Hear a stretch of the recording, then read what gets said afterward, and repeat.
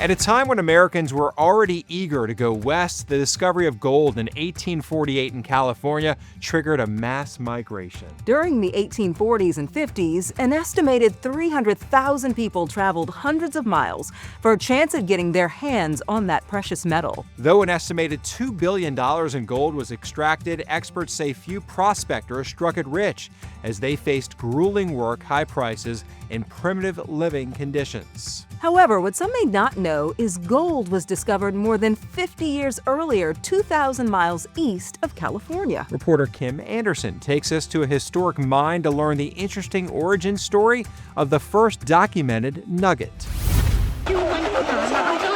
On this hot July day in Midland, the heat is the last thing on the minds of these summer camp kids. Oh my gosh, I found something. Their focus is on searching for gold. What it looks like.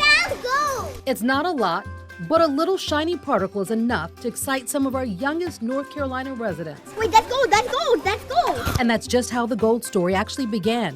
In 1799, with a young boy not much older than these kids, 12-year-old Conrad Reed. Conrad decided on a Sunday to skip church and go fishing in the creek. And he was bow fishing, so he shot his arrow into the creek, missed his fish, went to go retrieve his arrow, and instead found a 17-pound shiny rock. Conrad's parents were farmers. They didn't know the value of what their son found or even what it was.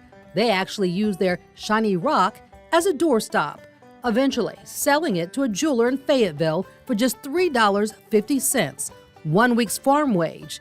It was really worth about $3,600. And you can imagine word really spread from there. By the 1840s and the 1850s, this place was bustling. There was a mining town that had been established up on what we call the top of the hill. We found gold! People were hitting gold, the largest nugget weighing 28 pounds. But after 1896, there were no more large nuggets found. In fact, hardly any gold was. And with word of California having plenty of it, miners moved on.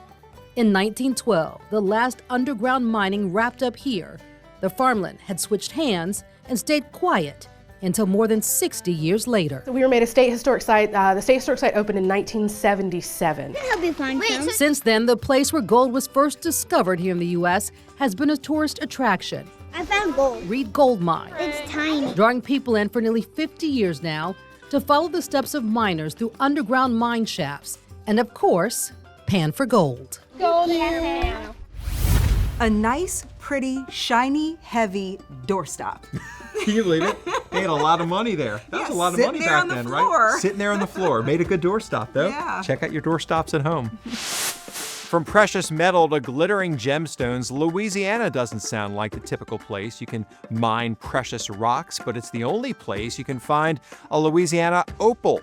The Louisiana Opal with the fire in it only comes from Vernon Parish or Sabine Parish, Louisiana. There's not been any found anywhere else.